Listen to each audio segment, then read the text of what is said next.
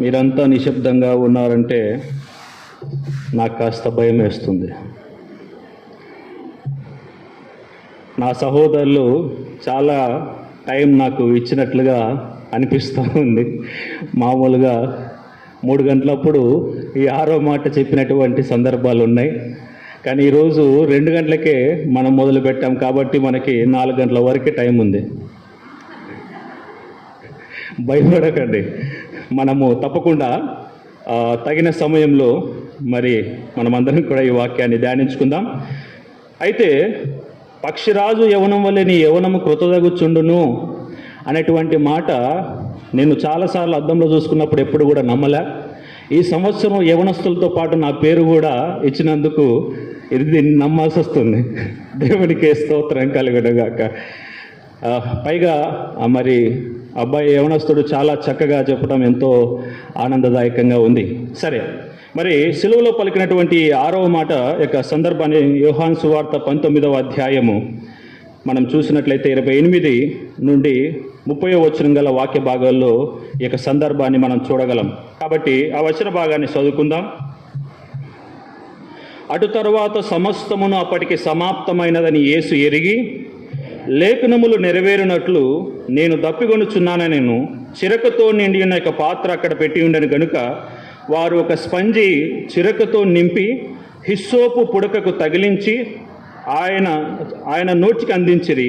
యేసు ఆ చిరకను పుచ్చుకొని సమాప్తమైనదని చెప్పి తల వంచి ఆత్మను అప్పగించెను. కాబట్టి తలలు వంచి ప్రార్థన చేసుకుందాం. సర్వోన్నతుడు వగు మా దేవ, సర్వశక్తిమంతుడు వగు మా తండ్రి, గడిచిన దినమంతయు కూడా నీ కృపాక్షేమములే మాకు తోడుగా ఉంచి నీ దయచేతను వాత్సల్యము చేతను మరి ఈ దినమందు, ఈ శుక్రవార దినమందు సిలువలో మీరు పలికినటువంటి అమూల్యమైన మాటలను ధ్యానించుటకు నాకును చూపిన మహాకృపను బట్టి వందనాలు, స్తోత్రాలు. అయితే ఈ సిలువలో పలికినటువంటి 6వ మాటను మేము ధ్యానించబోతూ ఉండగా, మా ప్రభువా, మా దేవా, మా తండ్రి, మానవ స్వరము కాదు, కేవలము నీ స్వరమే మాకు వినబడుటకు సహాయము చేయండి. మీరు మహా గొప్ప దేవుడవు, పరిశుద్ధ దేవుడవు, పవిత్ర దేవుడవు కనుక మీరే మాతో మాట్లాడండి. దేవా, మా ఆలోచనలు, మా ఏకాగ్రత సమస్తము నీ యందే నిలిచి ఉండుటకు దేవా మీరే మాకు సహాయము చేయమని క్రీస్తు పరిశుద్ధ నామమున ప్రార్థిస్తున్నాం తండ్రి, ఆమేన్. చదువుకున్నటువంటి ఈ లేఖన భాగంలో మనకందరికి కూడా బాగా తెలుసు ఏంటంటే, ఈ సిలువలో పలికినటువంటి 6 మాటలను మనం అనేక సంవత్సరాల నుంచి ధ్యానిస్తూ ఉన్నాం. అయితే ఈ సిలువ యొక్క మాటను ధ్యానించక ముందు కాస్త లేఖనాల్లో ఏముంది ఇక్కడ మనం చూస్తే, యేసుక్రీస్తు ప్రభుల వారు అప్పటికే దాదాపుగా 6 గంటల పాటు సిలువలో వేలాడుతూ ఉన్నారు. ఆయన మామూలుగా ఇంట్లో ఉండేవాడిని ఉన్నట్టుగా తీసుకుని వెళ్ళలే. సిలువ దగ్గరకు బహు హింసతోనూ, బహు కోపముతోనూ, అసూయతోనూ, ఎవరికి ఇష్టం వచ్చినట్లు వాళ్ళు, అంటే ప్రత్యేకంగా ఇందులో శాస్త్రులు, పరిచయాలు ఉన్నట్లుగా మనం చూస్తూ ఉన్నాం. క్రీస్తునందు ప్రియమైన వారలారా, ఇక పిక్చర్లో మనం చూస్తే యేసుక్రీస్తు ప్రభుల వారిని సిలువ వేసే ముందు ఒక సందర్భాన్ని మనకు గుర్తు చేస్తూ ఉంది. ఇక్కడ ఏమంటున్నారండి, అక్కడ పిలాతు ఆ పండుగలో మామూలుగా సాధారణంగా మనకి ఎలాగైతే గాంధీ జయంతి నాడు లేదా నేషనల్ ఫెస్టివల్స్ రోజు ఖైదులను విడుదల చేసేటువంటి మంచి సత్ప్రవర్తన కలిగిన వారిని విడుదల చేసే ఆచారం ఉందో, ఈ రోమా ప్రభుత్వానికి కూడా అట్టి ఆచారం ఉన్నట్లుగా మనం చూస్తూ ఉన్నాం. యేసు కావాలా, బరబ్బా కావాలా అంటే మానవులు ఏం కోరుకున్నారండి? బరబ్బానే కోరుకున్నాం. ఈరోజు మనం కూడా, మన స్వభావం కూడా ఒక్కోసారి అట్లాగా అనిపిస్తుంది. దైవభక్తి కావాలా, లేదంటే లాభసాధకమైనది కావాలా అంటే మనకు లాభసాధకమైనది కావాలని మనం ఆలోచన చేస్తూ ఉంటాం. క్రీస్తునందు ప్రియమైన వారలారా, లేవికాండంలో 16వ అధ్యాయం 7 నుంచి 10 వచనాలు, అదేవిధంగా 21 నుంచి 22 వచనాల్లో ధర్మశాస్త్రం ప్రకారము అప్పట్లో ఏం చేసేవారంటే 2 మేకలను, ఒక కోడెను తీసుకొచ్చేటువంటి వారు. ఈ 2 మేకల గురించి మనం మాట్లాడదాం. ఆ 2 మేకలు తీసుకొచ్చాక ఆ 2 మేకల్లో ఒక మేకను బలి అర్పించేటువంటి వారు, 2వ మేకను ఆ మనిషి ఎవరైతే ఆ మేకలు తెచ్చాడో వాళ్ళ కుటుంబం పాపములన్నీ కూడా దాని తలపైన చేతులుంచి ప్రార్థన చేసి దాన్ని అడవిలో వదిలేసేటువంటి వారు. యేసుక్రీస్తు ప్రభుల వారు కూడా మన నిమిత్తమే ఒక పస్కా పశు బలిగా అర్పింపబడినట్లుగా మనం అందరం కూడా చూస్తూ ఉన్నాం. క్రీస్తునందు ప్రియమైన వారలారా, ఒకసారి ఆ కొరడాను మనం గుర్తు చేసుకుందాం. ఆ కొరడ అదంతా కూడా తోలుతో తయారు చేయబడింది. కానీ ఆఖరిలో మనం చూస్తే కనుక ఈ పిక్చర్స్లో మరి ఆ కొరడాలకు ఏమున్నాయండి? గొర్రె యొక్క ఎముకలు షార్ప్గా చేయబడ్డాయి. అంతేకాదు చర్యల మాదిరి మామూలుగా ఇక్కడ రాయబడినటువంటి మాట ఏమంటే సీసపు పూసలు అక్కడ ఉన్నాయి మనకి కదా. క్రీస్తునందు ప్రియమైన వారులారా, ఈ కొరడా దెబ్బలు ఎంతో తీవ్రమైనవిగా రోమా ప్రభుత్వము మరి నేరము చేసినటువంటి వారికి విధించే శిక్షగా మనం చూస్తూ ఉన్నాం. ఇక్కడ చూడండి, ఈ వ్యక్తి మన అందరికీ పేరు తెలియదేమో కానీ the passion of the Christ అనే చిత్రం ద్వారా ఆయన మనకు బాగా పరిచయం. ఆయన పేరు ఏమైందండి? జిమ్ క్యావ్జెల్. సో జిమ్ క్యావ్జెల్ అనేటువంటి వ్యక్తి ఈ యొక్క సందర్భాన్ని, అంటే ఆ కొరడా దెబ్బలు కొట్టేటువంటి సందర్భాన్ని డైరెక్టర్ గారు చిత్రీకరిస్తూ ఉన్నారు. అయితే ఇక్కడ చూస్తే కనుక ఆయన శరీరంపై ఒక కృత్రిమమైనటువంటి ఒక చర్మము వేసి పెట్టారట. వేసి పెట్టినప్పుడు ఈ కొరడా దెబ్బలు కొడుతున్నప్పుడు ఆయన ఇచ్చేటువంటి రియాక్షన్కు డైరెక్టర్ గారు అనుకున్నారట, అబ్బా ఎంత చక్కగా యాక్టింగ్ చేస్తున్నారండి అనుకున్నాడట. అయితే ఒక దెబ్బ కొట్టినప్పుడు ఆయన రియాక్షన్ ఇచ్చాడు, రెండో దెబ్బ కొట్టినప్పుడు ఆయన రియాక్షన్ ఇచ్చాడు, మూడో దెబ్బ కొట్టినప్పుడు బహు తీవ్రమైన రియాక్షన్ ఇచ్చాడట. ఏంటయ్యా ఏమంత విపరీతమైందంటే ఆ కొంకె ఏదో ఉందో కృత్రిమంగా ఏర్పరిచిన ఆ యొక్క తోలులో నుంచి ఈ వ్యక్తి యొక్క చర్మంలో కుచ్చుకొని అలా పీకి వేయబడిందట. అయితే ఆ ఒక్క కొంకె కుచ్చుకోవడం వల్ల అతనికి దాదాపుగా 16 కుట్లు పడ్డాయంట. ఈ జిమ్ క్యావ్జెల్ అనేటువంటి వ్యక్తి అప్పటి వరకు యేసు ప్రభు అంటే పెద్దగా నమ్మేటువంటి వాడు కాదు. ఎప్పుడైతే 16 కుట్లు పడినప్పుడు హాస్పిటల్లో ఉన్నాడో డైరెక్టర్ గారు వచ్చి సందర్శించినప్పుడు అన్నాడంట, డైరెక్టర్ గారు యేసు ప్రభు నిజంగా ఇంత భయంకరమైన శ్రమను పొందుకున్నాడా? మనం చూపిస్తున్నది అంత వాస్తవమా అంటే డైరెక్టర్ గారు అన్నారు, అయ్యా నేను చూపిస్తుంది కేవలం 40% మాత్రమే. ఎందులో? యేసుక్రీస్తు ప్రభుల వారు నిజంగా పొందుకున్నటువంటి శ్రమల్లో నేను చూపిస్తుంది కేవలం 40% మాత్రమే. 60% చూపిస్తే జనాలు చూడలేరు అన్నాడట. అంత భయంకరంగా యేసుక్రీస్తు ప్రభుల వారిని హింసించినట్లుగా మనం చూస్తూ ఉన్నాం. అయితే ఎప్పుడైతే ఈ మాట విన్నాడో ఈ జిమ్ క్యావ్జెల్ అనేటువంటి ఈ యొక్క హీరో, ఈ యొక్క యాక్టర్ ఏం చేశాడంటే అప్పుడే ఒక్క దెబ్బ పడితేనే నాకు 16 గుట్లు పడినాయి. అలాంటిది యేసుక్రీస్తు ప్రభుల వారు దేవుడై ఉండి అంత సర్వశక్తి గలవాడై ఉండి కూడా ఎంత శ్రమను అనుభవించినాడే, ఆయన ఎంత సహనం గల దేవుడు, ఎంత ప్రేమ గల దేవుడు, ఆయన నేను నమ్ముకుంటానని అప్పటి నుంచి యేసు ప్రభును రక్షకుడిగా అంగీకరించినట్లుగా మనం చూస్తూ ఉన్నాం. దేవునికే మహిమ కలుగును గాక. హల్లెలూయా. నిద్రిస్తున్నవారు గట్టిగా హల్లెలూయా. ఏమ్మా ఒక్క సంవత్సరం కూడా నన్ను అప్సెట్ చేయకుండా పంపిస్తట్లేరు మీరు? నిద్రిస్తున్న వారందరూ గట్టిగా హల్లెలూయా. ఇంతవరకు మా వాళ్ళు ఏం చెప్పినారో మీరేం విన్నారు? అమ్మలారా, అక్కలారా, తమ్ముళ్ళారా, చెల్లెళ్ళారా, అయ్యలారా మేలుకోండి. ఇది చాలా విలువైనటువంటి సమయం. ఇంతమంది నిద్రిస్తే ఎట్లమ్మా?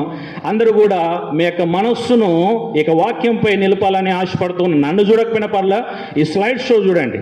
పిల్లరా, ఇక్కడ మనం చూసినట్లయితే యేసుక్రీస్తు ప్రభుల వారు అప్పటికే 6 గంటల పాటు సిలువపై వేలాడుతూ ఉన్నారు.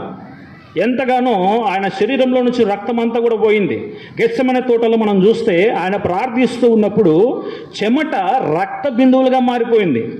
అంటే శరీరంలో ఉన్నటువంటి ఆ ప్రెజర్ ఎలాగుండిందంటే యేసుక్రీస్తు ప్రభుల వారికి తాను చనిపోతానో, తాను హింసింపబడతానో అన్నటువంటి భయము కంటే నా దేవా నన్ను ఎందుకు విడనాడితివని మన సహోదరుడు ఇందాక వివరించాడు.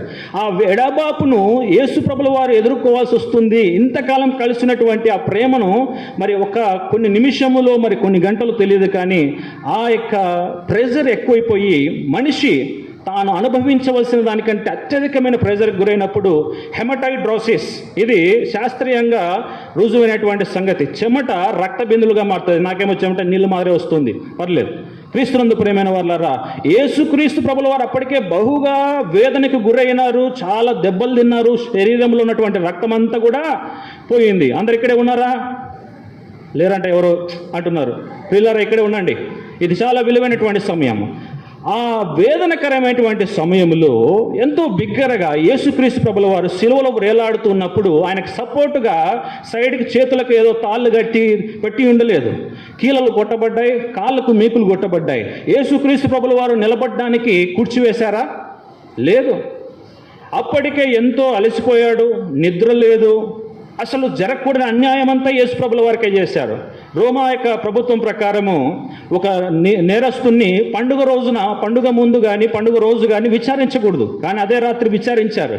ఒక నేరస్తుని నువ్వు తప్పు ఒప్పుకొని బలవంతం చేయకూడదు, కానీ యేసు ప్రభుని నువ్వు ఒప్పుకొని ప్రెజర్ చేశారు. ఇంత అన్యాయం మధ్యలో, ఇంత నీరసించినటువంటి సందర్భం మధ్యలో యేసుక్రీస్తు ప్రభుల వారు ఇక్కడ రాయబడినట్ల మాట మనం చూస్తే, అటు తర్వాత సమస్తమును అప్పటికి సమాప్తమైనదని యేసు ఎరిగి, అంత నీరసించినటువంటి సమయంలో కూడా, అంత అలసిపోయినటువంటి స్థితిలో కూడా యేసు ప్రభుల వారు చాలా స్పృహతో ఇక నొప్పిని భరిస్తూ ఉన్నారు, ఈ మాటను పలుకుతూ ఉన్నారు. ఏమనంటూ ఉన్నారంటే, సమాప్తమైనది, ఇట్ ఈస్ ఫినిష్డ్.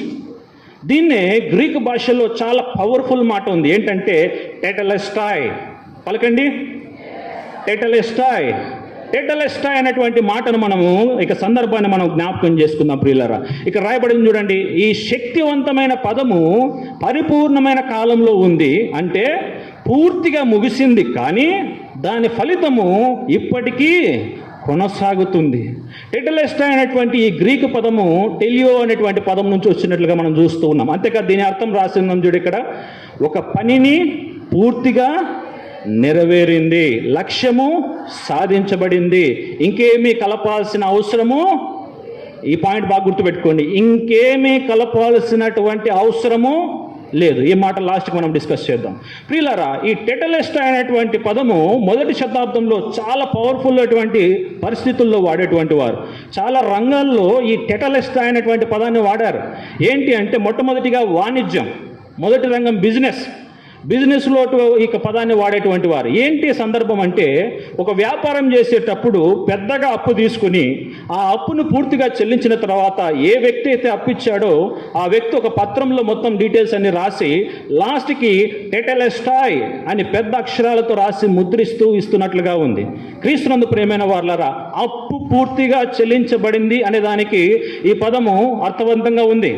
అదే మన ఆత్మీయ కోణంలో చూస్తే, మన పాపపు జీవితాన్ని యేసుక్రీస్తు రక్తములో పూర్తిగా దేవుడు ఏం చేశాడండి, మన అప్పంతా కూడా తీర్చేశాడు. రెండవ రంగము దేవాలయాల్లో ఈ పదాన్ని వాడేటువంటి వారు. దేవాలయాల్లో ఎలా వాడేటటువంటి వారు అంటే, లెట్సే మనం మనకు సంఘంలో ఒక యాజకుడు ఉన్నారనుకుందాం. ఆ యాజకుని దగ్గరికి మనం ఒకవేళ క్రీస్తు పూర్వం ఉండేటువంటి వారమైతే ఏం చేసేవాళ్ళము, ఇప్పుడైతే మనం మనుషులం ఉన్నాం, లేకపోతే బయట ఏముండేవి, మేకలు ఉండేవి, ఎడ్లు ఉండేవి, కోళ్ళు ఉండేవి, కోడేళ్ళు ఉండేవి. నేనైతే కోడేని తెచ్చేవాడిని, మీరేం తెచ్చేవాళ్ళో నాకు తెలీదు.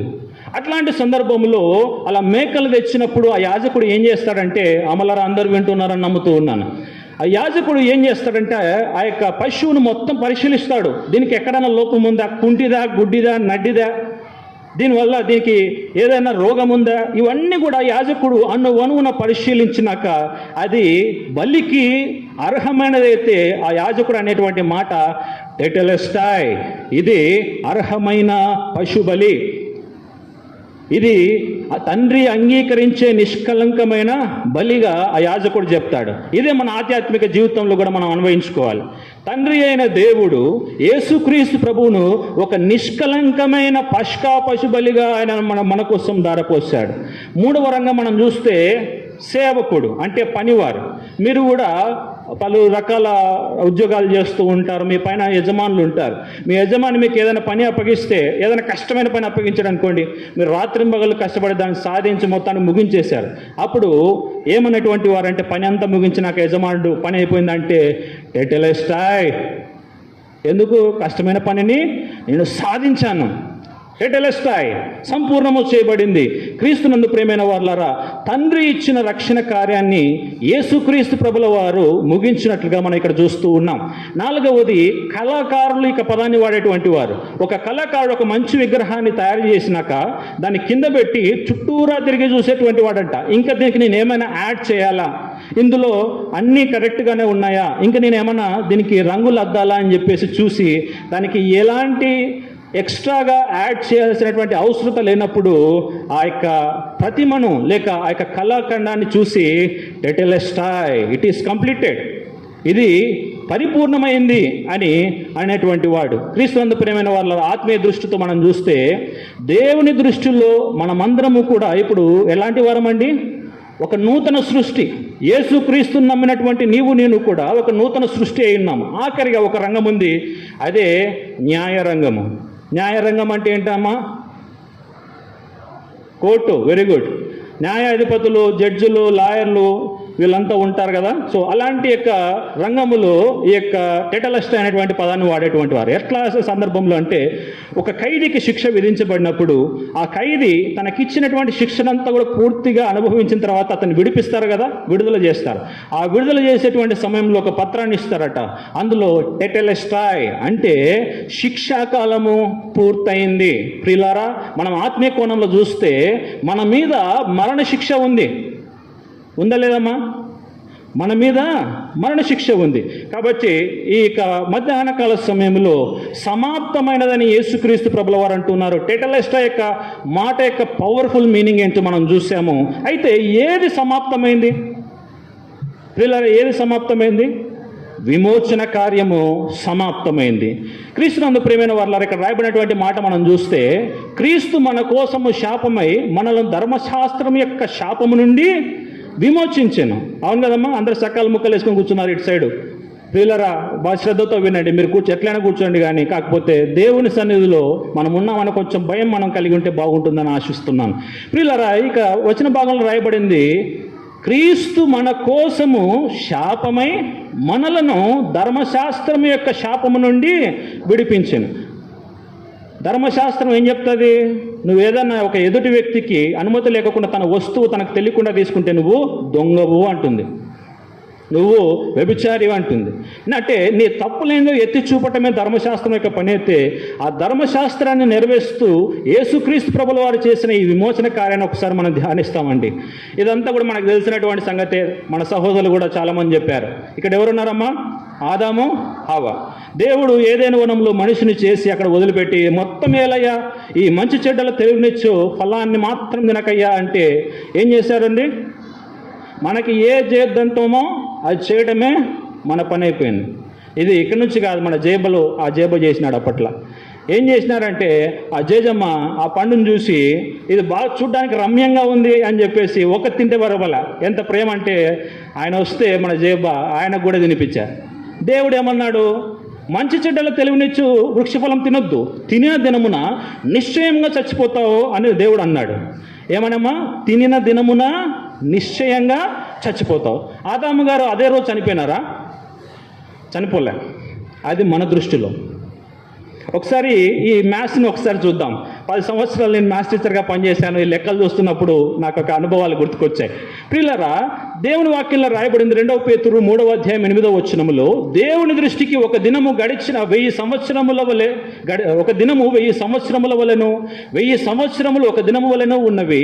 నీ దృష్టికి 1000 సంవత్సరములు గతించిన నిన్నటి వలె నున్నవి, రాత్రి అందలి యొక్క జాము వలె ఉన్నవి అని దేవుని వాక్యం చెబుతుంది. అంటే దేవుడు ఏమంటున్నాడండి? మనం 1000 సంవత్సరాలు మనం బతికితే అది దేవుని దృష్టిలో ఎట్లా? ఒక్కరోజు. మనిషికి ఒక రోజు అంటే ఎన్ని గంటలు? 24 గంటలు. ఈ లెక్క ఒకసారి చూడాలనిపిస్తుంది. ఆదాము గారు అదే రోజు చనిపోయినారా లేదా అనేది. క్రీస్తునందు ప్రియమైన వారులారా, అంటే దేవుని దృష్టిలో 1000 సంవత్సరాలు అంటే ఒక దినము, మనిషి దృష్టిలో ఒక దినం అంటే 24 గంటలు. అంటే ఆదాము గారు బ్రతికినటువంటి దినములు మనం చూస్తే ఎన్ని సంవత్సరాలు బ్రతికారండి? ఆయన 930 సంవత్సరాలు బ్రతికారు. 935 సంవత్సరాలు బ్రతికితే ఆ క్యాల్కులేషన్ చూడండి. 24 గంటలు ఇంటూ ఆయన బ్రతికినటువంటి సంవత్సరాలు డివైడెడ్ బై దేవుని దృష్టిలో ఒక దినము 1000 సంవత్సరాలు కాబట్టి డివైడెడ్ బై 1000 చేస్తే ఎంత వచ్చిందండి? 22 గంటల 19 నిమిషాల 12 సెకండ్లు. ఆయన ఒక దినం బ్రతికినాడా? దేవుడు అన్నాడు కదా, తినిన దినమున నిశ్చయముగా చచ్చదు. ఆ రోజు మన జేబ కొంచెం ఆపుకొని ఉంటే బాగుంటుండే. ఈరోజు ఆయన తిన్నాడు, మనం 24 గంటలు కూడా బతకలేకపోతా ఉన్నాం. క్రీస్తునందు ప్రియమైన వారులారా, అంతేకాదు బైబిల్లో ఎక్కువ కాలం బ్రతికినటువంటి వ్యక్తిని మనం చూస్తున్నాం. ఆయన పేరు మెతుషెల. ఈయన అధిక సంవత్సరాలు బతికినటువంటి వాడు. ఎన్ని సంవత్సరాలు బతికాడండి? 969 సంవత్సరాలు బతికాడు. అయితే ఆయన క్యాల్కులేషన్ దేవుని లెక్కలో చూస్తే 23 గంటల 15 నిమిషాల 21 సెకండ్ బ్రతికాడు. ఒక దినం బ్రతికాడు ఆయన? బ్రతకలే. ఎందుకంటే ఆయన కూడా ఆదాం గారి నుంచి కదా వచ్చింది. దేవుడు మాట అంటే మాటే. అదే మన వయసులు చూద్దాం, మన తరంలోని వయసు. మనము అధికంగా బ్రతికితే 70 సంవత్సరాలు, లేదు కుటుక్కుమంటే మధ్యలో కూడా పోతాం. ఇప్పుడు ఉంట కుప్పకూలిపోతా ఉన్నాము. ఏమొస్తుందో అర్థం కావట్లేదు. డాక్టర్లు కూడా ఏం టెస్టులన్నీ చేస్తారు, పోతే ఎంఆర్ఐని రాస్తారు, అన్ని రాస్తారు, కానీ అన్ని టెస్టులు చూసినాక మన జేబులో డబ్బులు కాలే తప్ప ఆ రిపోర్ట్లో రోగం ఏముందో బయటకు పడదు. క్రీస్తునందు ప్రియమైన వాళ్ళరా, మనము దేవునికి కీర్తనకాడు అంటూ ఉన్నాడు, మనం అధికంగా బతికినాడు 80 సంవత్సరాలు. అంటే మనం ఎంతకాలం బతుకుతున్నామమ్మా? 1 గంట 40 నిమిషాల 8 సెకండ్లు బతుకుతున్నాం. 70 సంవత్సరాలు బతుకుతాయి. ఇక్కడ ఎవరన్నా 70 సంవత్సరాల వాళ్ళు ఉంటే దేవునికి స్తోత్రం. ఉన్నారమ్మా? ఎవరన్నా ఉంటే పర్లేదు, మీరు చేతులు ఎత్తమని నేను మిమ్మల్ని. 70 సంవత్సరాలు ఉన్నారా? ప్రైజ్ ద లార్డ్, హల్లెలూయా. ఉన్నారండి ఇక్కడ? Very good. అమ్మా, మీ యొక్క వయసు చూసుకోండి. దేవుని దృష్టిలో 1 గంట 40 నిమిషాల 8 సెకండ్లు వయసు క్యాల్కులేట్ చేసుకోండి. క్రీస్తునందు ప్రియమైన వాళ్ళరా, యేసుక్రీస్తు ప్రభుల వారు బ్రతికినటువంటి ఆ సందర్భాన్ని మనం చూస్తే ఆయన ఎన్ని సంవత్సరాలు బ్రతికారండి? 33.5 సంవత్సరాలు ఆయన బ్రతికినట్లుగా మనం చూస్తూ ఉన్నాం. మరి యేసుక్రీస్తు ప్రభుల వారు దేవుని లెక్కలు చూస్తే గంట కూడా బ్రతకలేదు. 48 నిమిషాల 14 సెకండ్లు మాత్రం ఆయన బ్రతికినట్లుగా దేవుని దృష్టిలో లెక్క తేల్చబడింది. క్రీస్తునందు ప్రేమైన వాళ్ళరా, ఇదంతా బాగానే ఉంది. దేవుడు అన్నాడు, తినుదినము నిశ్చయంగా చచ్చిపోతావని. అంత కోపంలో కూడా దేవుడు ఎంత కనికరం గలవాడో ఒకసారి చూడండి. అంత కోపంలో కూడా ఇక్కడ మనుషులు అవిధేయత చూపారు, దేవుని కోపం తెప్పించారు. అంత కోపంలో కూడా దేవుడు తన ప్రణాళికలు ఎంత చక్కగా వాగ్దాన రూపంలో విమోచన వాగ్దానాన్ని, మొట్టమొదటి విమోచన వాగ్దానం ఇస్తున్నాడు. ఏంటి ఇక్కడ? నీకును స్త్రీకును, నీ సంతానమునకును ఆమె సంతానమునకును వైరము కలగజేసేదను, అది నిన్ను తల మీద కొట్టును, నీవు దానిని మడిమ మీద కొట్టుదు అని చెప్పాను. ప్రియులారా, దేవుడు అప్పుడే వాగ్దానం చేశాడు. తెలుసు మనిషి యొక్క బుద్ధి ఎట్లా ఉంటుందో. ఎందుకంటే ఈ చేతులు, ఈ శరీరంలో ఏ నరము ఎక్కడ తిరగాల, ఏ రక్తము ఏ నాళంలో తిరగాలని నిర్మించిన వాడు ఆయన. మన బుద్ధి ఎట్లా ఉంటుందో ముందుగానే తెలియకోకుండా ఉంటుందా? తెలుసు అన్నీ. అయితే దేవుడు ఈ విమోచన కార్యం నెరవేర్చుటలో ఎంత నీతిని మెయింటైన్ చేస్తూ వచ్చాడో నేను ఇక సిలువ ధ్యానిస్తున్నప్పుడు చాలా ఆశ్చర్యపోయాను. ఎంత ప్రామిస్ చేసినా ఒకసారి మన ప్రామిస్ నిలబెట్టుకోవడానికి మనము దావదప్పి సరే మనోడలే చేద్దాం అని చేసినటువంటి సందర్భాలు ఉన్నాయి. అవునంటారా కాదంటారా? మనోడే ఆ మనోడే అనేటువంటి పదాన్ని ముక్కలు ముక్కలుగా చేసి కీమా చేసుకొని తినాలి. ఈ మనోడు అనేటువంటి పదము పెద్ద విపరీతమైన అపాయములకు కూడా గురి చేస్తూ ఉంది. క్రీస్తునందు ప్రియమైన వాళ్ళారా, అయితే దేవుడు ఈ విమోచన కార్యం నెరవేర్చడంలో ఎంతో నీతిని జాగ్రత్తగా కాపాడుకుంటూ వచ్చాడు. చూడండి, ఇక్కడ అంటున్నాడు దేవుడు, వెండి నాది బంగారు నాది, ఇదే సైన్యములకు అధిపతి యెహోవా వాక్కు. అంటే ఈ మాట బాగా గుర్తుపెట్టుకోండి, వెండి ఆయనదే, బంగారము ఆయనవే. అయితే ప్రియులారా, ఇక్కడ మనం ఒక సందర్భాన్ని చూస్తూ ఉన్నాం. దేవుడు తన నీతిని ఎలా నిలబెట్టుకున్నాడు ఒకసారి చూద్దాం. ఋతు గురించి మనందరికీ తెలుసు కదా. ఋతు గురించి తెలుసామా? తెలియదంటే నన్ను అడగాక నీక. అప్పట్లో బెత్లెహేములో నయమైనటువంటి ఒక అత్తమ్మ ఉండే. ఆ అత్తమ్మ బెత్లెహేములో కరువు వచ్చిందని చెప్పేసి మోయాబు దేశానికి పోతే, బెత్లెహేములో ఉన్న కరువు కంటే మోయాబు దేశంలో ఇంకా ఎక్కువ కరువు అయిపోయింది. అయితే అక్కడ ఇంకా కేవలం కరువుతోనే ఆమె ముగించబడలే. ఆమె భర్తను చనిపోయాడు, పెళ్ళైనటువంటి 2 కుమారులు చనిపోయారు. అయితే 2 కోడళ్ళు ఉన్నారు ఆమెతో పాటు. ఇంక ఇక్కడ ఉంటే నేను బ్రతకలేను, నేను నా సొంత ఊరికి వెళ్తానని చెప్పేసి ప్రయాణం అవుతున్నప్పుడు రూతు వన్ ఆఫ్ ది కోడలు. ఈ ఇంగ్లీష్ అర్థమైన కాకపోయినా అర్థం చేసుకోవడానికి ప్రయత్నించండి. రూతు ఒక కోడలు, 2 కోడళ్ళు ఒక ఆయమ. అయితే మొదటి ఆ కోడలు ఏమన్నదంటే ఇంకొక ఆయమ, నేను మా నాయన ఇంటికి పోతాను, నాకు వయసు ఉందన్నట్టు ఆమె వెళ్ళిపోయింది. అయితే ఈ రూతు భక్తురాలు ఏం చేసిందంటే తన అత్తతో పాటు ఉండి ఆమెకు సేవలు చేస్తూ దైవభక్తి గల స్త్రీగా ఆమె అభివృద్ధి పొందడం మొదలుపెట్టింది. అయితే ఇట్లాంటి సందర్భంలో బెత్లెహేముకి వచ్చినప్పుడు ఈ నయోమి అంటే ఎవరు? రూతు గారి యొక్క అత్తగారిని. ఇదంతా స్టోరీ చెప్పాలని నాకు చాలా బాధ అనిపిస్తుంది. రూతు గారి యొక్క అత్తగారు నయోమి. ఈమెకు ఒక భూస్థలం ఉంది. అప్పట్లో దేవుని ధర్మశాస్త్రం ఒకటి చెప్తుంది ఏంటంటే, నీ సహోదరులు ఎవడైనా పేదవాడై ఉండి బహు కఠినమైన కష్టంలో ఉంటే దాన్ని విడిపించగల అర్హత, యోగ్యత ఎవరికైనా ఉందంటే నీ సమీప బంధువుకే. ఏంటమ్మా? సమీప బంధువుకే. అలాగే ఈ యొక్క జీవితంలో సమీప బంధువులు 2 ఉన్నారు. ఆ మొదటి సమీప బంధువు పేరు ఇక్కడ రాయబడలేదు, కానీ 2వ సమీప బంధువు పేరు రాయబడింది. ఆయన పేరే బోయేజు. అయితే ఆ సమాజం మధ్య వాళ్ళందరినీ పిలిపించి పంచాయతీ చేస్తూ ఉన్నారు. ఏంటంటే మొదటి సమీప బంధువుని పిలిచి, అయ్యా నయోమిని విడిపిస్తావా, ఆమె కష్టంలో ఉంది, ఆమె నష్టంలో ఉంది, ఇబ్బందులు ఉంది, విడిపిస్తావా అంటే సరే అన్నాడు. అయితే రూతును కూడా నువ్వు వివాహం చేసుకోవాల్సి వస్తుందంటే, అయ్యో ఆమె అన్యురాలు, నా వంశం పాడైపోతుందని చెప్పేసి భయపడి వెనక్కిపోయాడు. అయితే ఈ 2వ బంధువు అయినటువంటి బోయాజు, సరే రూతును వివాహం చేసుకుంటకు నేను సిద్ధంగా ఉన్నాను, ఆమెను విడిపించడానికి నేను సిద్ధంగా ఉన్నాను అని చెప్పేసి అందరి ముందర ప్రమాణము చేసి నయోమిని రూతును విడిపించినట్లుగా చూస్తూ ఉన్నాం. దేవుని ధర్మశాస్త్రం ఏం చెప్తా ఉంది? ఒక వ్యక్తిని విడిపించాలంటే సమీప బంధువు అయి ఉండాలా. ఏమై ఉండాలా? సమీప బంధువై ఉండాలా. మరి క్రీస్తునందు ప్రియమైన వాళ్ళరా, మనుషుల మగు మనల్ని పాపం నుంచి విడిపించాలంటే దేవుడు ఆత్మ కదా. అదే రాయబడింది యోహాను సువార్త 4:24 దేవుడు ఆత్మ గనుక అని రాయబడింది. దేవుడు ఆత్మ అయిపోయా, మనమేమి రక్త మాంసములు గల వారము. ఏంటమ్మా రక్త మాంసం అంటే మనం సండే తినే మాంసం కాదు, మన శరీరంపై ఉన్నటువంటి మాంసము. ప్రియులారా, మనం రక్త మాంసం గల వారం అయితే దేవుడేమో ఆత్మ అయిపోయి. ఏం సంబంధం ఉంది ఇక్కడ? అప్పుడే మనం అందరికీ కూడా తెలిసినటువంటి మాట, హెబ్రీ పత్రిక 2:14 తీసి చూడండి. హెబ్రీలకు రాయబడిన పత్రిక 2:14 రాయబడింది ఏంటంటే, కాబట్టి ఆ పిల్లలు అంటే ఎవరమ్మా నిద్రిస్తున్న వాళ్ళు గట్టి హల్లెలూయా చెప్పండి. చిన్నగా చెప్తా ఉన్నారు హల్లెలూయా అని. అమ్మా ఇక్కడ ఏమని రాయబడింది? కాబట్టి ఆ పిల్లలు రక్త మాంసములు గలవారైనందున. అంటే ఎవరు ఆ పిల్లలు? మనమే. ఆ ప్రకారమే మరణం యొక్క బలము గలవానిని, అనగా అపవాదిని మరణం ద్వారా నశింపజేయుటకును, జీవితకాలమంతయు మరణ భయము చేత దాస్యమునకు లోబడిన వారిని విడిపించుటకును ఆయన కూడా రక్త మాంసములలో పాలివాడాయను. క్రీస్తునందు ప్రియమైన వారు, ఏ దేవుడు ఉన్నాడండి? మనిషిని విడిపించడానికి మానవునిగా దిగి వచ్చిన దేవుడు ఏ దేవుడు ఉన్నాడు? కానీ ఈరోజు నీవు నేను ఎంత భాగ్యవంతులమంటే, ఒక సజీవుడును నిన్ను నన్ను విడిపించుటకు దేవసింహాసనమును విడిచిపెట్టి మనిషిగా ఈ లోకానికి మనలో ఒక సమీప బంధువుగా వచ్చి తన ప్రాణాన్ని ఇచ్చి నిన్ను నన్ను విడిపించిన మహా గొప్ప దేవుని రోజు మనం నమ్ముకుని ఉన్నాం. ఆహా, దేవునికి మహిమ కలుగును గాక. హల్లెలూయా. ఎంత గొప్ప సమీప బంధువు ఈరోజు మనకు క్రీస్తులో దొరికాడండి. క్రీస్తునందు ప్రియమైన వారలారా, దేవుడు మాట చెప్పాడు అంటే చెప్పాడు అంతే, అది నిజం. నీ సహోదరులు సమీప బంధువు అయి ఉండి విడిపించాలన్నాడు. ఆయనే సమీప బంధువుగా ఈ లోకానికి మన కోసం దిగి వచ్చాడు. క్రీస్తునందు ప్రియమైన వారలారా, ఇకపై మనం పశు బలులు అర్పించవలసిన అవసరం ఉందా? లేదు.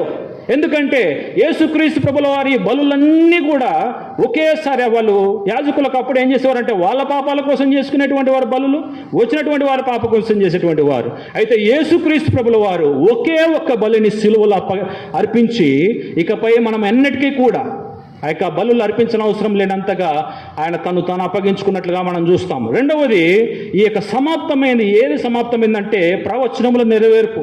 నేను ఎక్కువగా టైం తీసుకొని చాలా ఎక్కువైపోయింది. ధర్మశాస్త్రమునైనను ప్రవక్తల ప్రవచనములైన కొట్టివేయుటకు నేను వచ్చి నన్ను తలంచవద్దు, నెరవేర్చుటకే కానీ కొట్టివేయుటకు నేను రాలేదు. క్రీస్తునందు ప్రియమైన వారలారా, మనం లేఖన భాగాల్లో చూస్తే ఎన్నో వచనాలు ఉన్నాయి పాత నిబంధన గ్రంథంలో. కొన్ని వేల సంవత్సరాల క్రితం యేసు ప్రభుల వారు పుట్టకమునిపై ఈ మాటలను రాయబడ్డాయి. అవన్నీ కూడా నెరవేర్చబడ్డాయి, ఇక సమాప్తమైపోయాయని యేసుక్రీస్తు ప్రభుల వారు టెటలిస్టాయ్ అని అంటూ ఉన్నారు. అంతేకాదు, ఇక ఏది సమాప్తమైందంటే పరిపూర్ణ కార్యము. ఒక్క అర్పణ చేత ఏం చేశాడండి ఈయన? పరిశుద్ధపరచబడు వారిని సదాకాలము సంపూర్ణులుగా చేసి ఉన్నాడు. ఎలాగంటే యేసుక్రీస్తు ప్రభుల వారు సమాప్తమైనది చెప్పగా ఏమైందండి? అప్పటి వరకు పరిశుద్ధ స్థలము, అతి పరిశుద్ధ స్థలం సెపరేట్గా ఒక కట్టెను ఉండేది. ఏనుగులు బట్టి లాగిన చినిగిపోయి కావంట. యేసు ప్రభుల వారు శ్వాస విడిచిపెట్టేసరికి ఆ తెర పైనుండి క్రింది వరకు చినిగినట్లుగా మనం చూస్తూ ఉన్నాం. ఇది ఒక భయంకరమైనటువంటి మహాద్భుతకరమైనటువంటి అవకాశానికి సాదృశ్యంగా ఉంది. క్రీస్తునందు ప్రియమైన వారలారా, ఒకప్పుడు మనం ఎక్కడో బయట ఉండాం, దేవుని మందిరానికి బయట ఉండేటువంటి వారం. కానీ దేవుడు ఈరోజు మనకందరికి ఒక యాక్సెస్ ఇచ్చాడు. ఎవరి ద్వారా? యేసుక్రీస్తు ప్రభుల ద్వారా. ఎవరైతే యేసుక్రీస్తు ప్రభునందు విశ్వాసం ఉంచుతారో వారందరికీ ఏమిస్తున్నారండి ప్రభువు? నిత్య జీవము. క్రీస్తునందు ప్రియమైన వారలారా, ఇందాక నా సహోదరుడు సందీప్ చెబుతూ ఉన్నప్పుడు, హెల్త్గా మనం ఏదైనా కావాలి, సేఫ్టీ కావాలంటే హెల్త్ ఇన్సూరెన్స్ ఉంది, నిజమే. లైఫ్కి ఏదైనా సేఫ్టీ కావాలంటే లైఫ్ ఇన్సూరెన్స్ ఉంది. మరి ఆత్మకు సేఫ్టీ కావాలంటే చేయించుకున్నారా ఈ ఆత్మ ఇన్సూరెన్స్? ఎంత ఖర్చు పెట్టాలండి ఈ ఆత్మ ఇన్సూరెన్స్కి? హృదయపూర్వకంగా నోటితో చెప్పుకుంటూ సరిపోతుంది. ఇంట్లో దాచిపెట్టిన బంగారం తీసుకొచ్చి అవసరం లేదు. ఏమ్మా, హెల్త్ ఇన్సూరెన్స్లకు, తర్వాత లైఫ్ ఇన్సూరెన్స్లకు ఎన్ని వేలు కడతా ఉన్నాం మనం సంవత్సరాలు. నేను కడతలేను, మీ ఇష్టం, మీరు కడుతున్నారేమో తెలియదు. క్రీస్తునందు ప్రియమైన వారలారా, ఒక వ్యక్తి తను ఈ లోకంలో బ్రతికినప్పుడు ఒక లైఫ్ ఇన్సూరెన్స్ గురించి అంత జాగ్రత్త కలిగి ఉన్నప్పుడు, హెల్త్ ఇన్సూరెన్స్ గురించి అంత జాగ్రత్తలు తీసుకుంటున్నప్పుడు ఎందుకు మనం ఆత్మ విషయమే ఆ ఇన్సూరెన్స్ చేసుకోలేకపోతూ ఉన్నాం? ఒకసారి ఆలోచన చేద్దామండి. మీరు ఏం రూపాయలు పెట్టి ఇక రక్షణ పొందుకున్న అవసరం లేదు. యేసుక్రీస్తు ప్రభువు వారు క్లారిటీగా చెప్పారు, ఇట్ ఈస్ డన్. ఇంక ఏం యాడ్ చేయని అవసరం లేదు. నువ్వేదో నీ ఇంట్లో తీసుకొచ్చి లక్షలు గుమ్మరిచ్చి సంఘంలో ఇవ్వాలని దేవుడు అడగడంలే. క్రీస్తునందు ప్రియమైన వారలారా, నీ ఆత్మకు ఇన్సూరెన్సు యాక్టివ్గా ఉందో లేదో ఒకసారి చూసుకోండి. అందరూ చేసుకుంటారు ఇన్సూరెన్స్, ఎప్పుడో చేసింటారు కొన్ని సంవత్సరాల క్రితం. బాప్తిసం తీసుకుంటారు జాజరాజయ్య గారి చేతుల మీదుగా.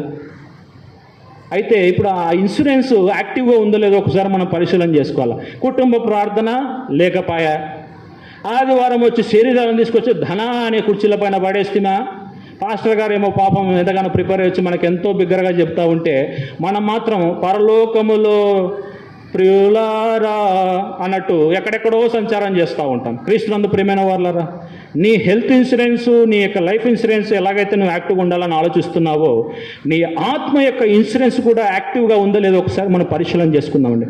చేస్తున్నామా మన కుటుంబ ప్రార్థనలు మనము? అయిపోయాయి. ఇక్కడ చర్చ్ నుంచి గుడ్ ఫ్రైడే, ఈరోజు గుడ్ ఫ్రైడే నేను ఎంత దీనంగా ఉంటానంటే అబ్బా వద్దులే, గుడ్ ఫ్రైడే అంటే నా పొట్ట కూడా తగ్గిపోతుంది, ఉపవాసం చేస్తా కాబట్టి. అదే ఈ గుడ్ ఫ్రైడే అయిపోగా ఎలా ఉన్నామండి మనము? ఇన్సూరెన్స్ గురించి పట్టించుకునేదే లేదు. పాస్టర్ గారు ఎంత అని చెప్పని, మన తోటి సహోదరులు ఎంత అని చెప్పని మనం పట్టించుకునేది లేదు. క్రీస్తునందు ప్రియమైన వాళ్ళారా, యేసు క్రీస్తు ప్రభుల వారు ఆ పాప వస్త్రములను తీసివేసి నీకు నీతి వస్త్రాలను ఇచ్చాడు, ఫ్రీ ఆఫ్ కాస్ట్. మనకు ఫ్రీ ఆఫ్ కాస్ట్గా వచ్చినటువంటి రేషన్ బియ్యాన్ని వదులుకుంటే పర్లే, బయట తెచ్చుకోవచ్చు. క్రీస్తునందు ప్రియమైన వాళ్ళారా, గవర్నమెంట్ ఇచ్చే ఉచిత పథకాలు వదులుకుంటే పర్లే, మళ్ళీ సంపాదించుకోవచ్చు. కానీ యేసుక్రీస్తు ప్రభుల వారు ఇచ్చిన ఈ ఉచిత రక్షణను నీవు ఇంకా నిర్లక్ష్యం చేస్తూ ఉన్నావా? మీలో ఎంతమంది బాప్తిస్మం పొంది డీయాక్టివేటెడ్ ఇన్సూరెన్స్ స్టేట్లో ఉన్నారో ఒకసారి గుర్తు చేసుకోండి. ప్రార్థనలు చేసుకోలేకపోతూ ఉన్నాము, పరిశుద్ధంగా బ్రతకలేకపోతూ ఉన్నాము, దేవుడు అంటే భయం భీతి లేకోకుండా అయిపోయినాము. పరీక్షించుకుందామండి ప్రియులారా. ఎక్కడైతే ఆదాము ఆ చెట్టు క్రింద మనం చూసినట్లయితే ఆ చెట్టు దగ్గర అవిధేయత చూపి దేవునికి వ్యతిరేకంగా పాపం చేశాడు. కానీ ఈ చెట్టు కొమ్మ కింద, ఈ సిలువ అనేటువంటి మ్రాను కింద మనమందరం కూడా ఒక నిత్య జీవ రక్షణను మనం పొందుకున్నామండి. ప్రియులారా, గమనిస్తున్నారా ఆ ప్రేమను? గ్రహిస్తున్నారా ఆ ప్రేమను? ఏదో నామకార్థంగా వస్తున్నాం పోతున్నామని మనం ఉన్నామా? యేసుక్రీస్తు ప్రభుల వారి యొక్క నామమునందు విశ్వాసం ఉంచిన వారమై ఆయన రక్షణను యాక్టివ్గా మనము పెట్టుకొని మనం ముందుకు సాగుదామా? తల్ల వంచుదాం, ప్రార్థన చేసుకుందాం. సర్వోన్నతుడవగు మా దేవ, సర్వశక్తిగల మా తండ్రి, ఈ సమయమందు ఈ స్థలములో నీ పరిశుద్ధ మందిరములో టెటెలెస్టాయ్ పరిపూర్ణంగా చెల్లించబడింది అని, మా రుణము పూర్తిగా చెల్లించబడింది అని, ఇక మేము దానికి ఏది కూడా యాడ్ చేయనవసరము లేదు అని మాతో మాట్లాడినందుకు నీకు స్తోత్రాలు. ఎంత ప్రేమ గల దేవుడవు నాన్న. నీ బంధువులలో, నీ సహోదరులలో ఇబ్బందుల్లో ఉన్న వారిని విడిపించాలంటే ఒక సమీప బంధువే కావాలి అంటే నీవే ఒక సమీప బంధువుగా శరీరధారిగా ఈ లోకానికి దిగి వచ్చారు నాన్న. నీకే స్తోత్రములు వందనములు చెల్లిస్తూ ఉన్నామయ్యా. నీవిచ్చినటువంటి ఈ ఉచితమైన రక్షణను మాలో అందరము కూడా సంపూర్ణంగా గ్రహించి కేవలం నామకార్థ క్రైస్తవులుగా కాదు నాన్న, ఒక యాక్టివేటెడ్ స్టేట్లో ఉండేటువంటి ఆత్మీయ ఇన్సూరెన్స్ని మేము కలిగి ఉండుటకు సహాయము చేయండి. రెగ్యులర్గా కుటుంబ ప్రార్థనలు మేము చేయుటకు సహాయము చేయండి. నీ పరిశుద్ధ వాక్యాన్ని ధ్యానించుటకు మా కుటుంబం అంతా కూడా సమకూర్చబడుటకు సహాయము చేయండి నాన్న. దేవా, ఎంత గొప్ప ఉచిత రక్షణను మీరు ఇచ్చారు నాన్న. పాపం యొక్క మరణ శిక్షను మా మీద నుంచి తీసివేసి నిత్య జీవమైనటువంటి నీ పరిశుద్ధ మందిరంలో అడుగుపెట్టే ధైర్యాన్ని మాకు పుట్టించినందుకు మరొకసారి కృతజ్ఞతాస్తుతి, స్తోత్రం, ఘనత, మహిమ, ప్రభావములు చెల్లిస్తూ క్రీస్తు యేసు నామమున ప్రార్థిస్తున్నాం తండ్రి, ఆమేన్. అందరూ కూడా చెప్పండి, టెటెలెస్టాయ్, టెటెలెస్టాయ్. నా పాపములన్నీ కూడా సంపూర్ణంగా టెటెలెస్టాయ్. ఉదయం లేవంగానే మనమందరం ఇది చెప్పుకోవాలి, టెటెలెస్టాయ్. నా దేవుడు సంపూర్ణంగా నా అప్పంతా కూడా తీర్చేశాడు, ఆయనకే మహిమ కలుగునుగాక. ఇటు అవకాశం కలుగజేసిన దేవదేవునికి మహిమ, ఘనత, ప్రభావములు చెల్లిస్తూ సమయం కొంచెం ఎక్కువ తీసుకుని క్షమించండి. దైవజనులకు ప్రభుపేట వందనాలు తెలియజేస్తూ ఉన్నాను. Thank you.